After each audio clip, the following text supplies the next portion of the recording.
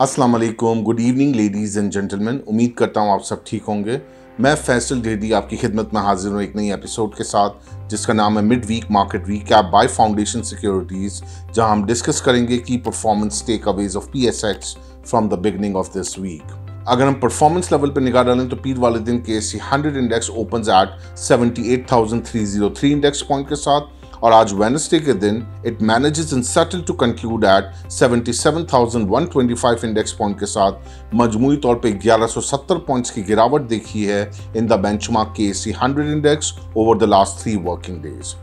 अगर हम liquidity factor पर निगाह डालें तो पीर वाले दिन KSE 100 इंडेक्स में मजमूई तौर पे 158 मिलियन शेयर्स का काम देखा गया, फॉलोड बाय ट्यूसडे वाले दिन 145 मिलियन शेयर्स का काम देखा गया, और आज वेडनेसडे वाले दिन थोड़े थिन वॉल्यूम्स रहे मार्केट के अंदर। 128 मिलियन शेयर्स का काम देखा गया in the benchmark KSE 100 index, down by 15% on day basis. जिस तरह से वीक का आगाज हुआ तो investors are little bit cautious about what the new trigger, कोई नया ट्रेंड या कोई नई ऐसी खबर जिसकी बेसिस पे इस मजमूई इंडेक्स करंट लेवल पे तेजी का रुझान बन पाए, जो कि लैक ऑफ न्यू ट्रिगर की वजह से हमने देखा कि मार्केट के अंदर एक अच्छी एंटिसिपेशन और पार्टिसिपेशन नजर नहीं आई, और इस तरह हमने देखा कि मार्केट गिरावट का शिकार रही। शुरू में पहले दिन से ही लेके मंडे से लेके आज तक हमने देखा कि स्लाइटली और मॉडरेट लेवल की प्रॉफिट टेकिंग नजर आई है हमें मार्केट के अंदर, जो कि हर सेक्टर के अंदर ही मोर और लेस रही है एक्सेप्ट ऑटो सेक्टर के अंदर। बुनियादी तौर पे जो अभी हमें नज़र आ रहा है वो है IMF का होना,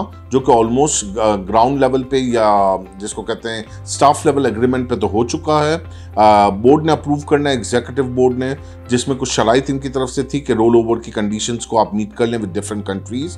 तो वो भी प्रिंट मीडिया के अंदर फाइनेंस मिनिस्टर की तरफ से स्टेटमेंट आई है कि UAE और चाइना की तरफ से $12 अरब का सॉफ्ट रोल ओवर का कमिटमेंट आ गया है। सो इन दैट रिगार्ड हम ये एक्सपेक्ट कर रहे हैं कि going forward a week time और 15 डेज टाइम IMF की तरफ से भी कोई खुशी की खबर आ सकती है, और वो हमें एक जो एग्जीक्यूटिव बोर्ड से अप्रूवल है वो भी मिल जाएगी। विद दैट रिगार्ड अगेन जो कंसर्निंग पार्ट होगा वो चैलेंजिंग नोट स्टार्ट हो जाएगा जैसे ही हम IMF में जाएंगे। Further conditionalities, harsh conditions impose होना शुरू हो जाएंगी, क्योंकि ऐसा तो नहीं है कि IMF वन गो में पूरी पेमेंट कर देगा। It will be on 6 months basis, और वो रिपोर्ट कार्ड जैसे ही सबमिट होगा तो कंडीशंस नहीं लगती रहेंगी।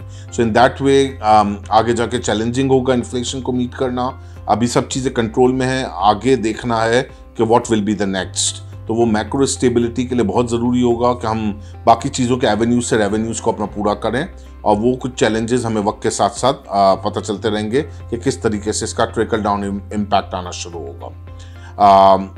गोइंग फॉरवर्ड जो सेल्स पिच है उसमें अभी थोड़ा वक्त है मॉनेटरी पॉलिसी के अंदर भी, जो कि सिक्लिकल्स को प्ले करवाएंगी, लेकिन for a time being stay cautious, sell on strength को प्रायोरिटी करें, no matter which sector you belong to right now, but sell on strength would be the priority list.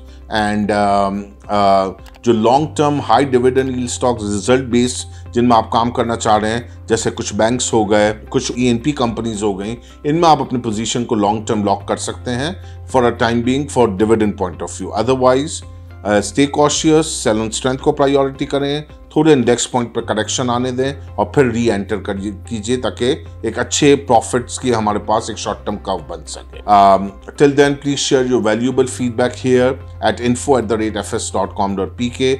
Your valuable feedback is really important to us. Till then, I Faisal Dhedi signing off. Take very good care of yourself and your investment too. Have a pleasant evening. Goodbye.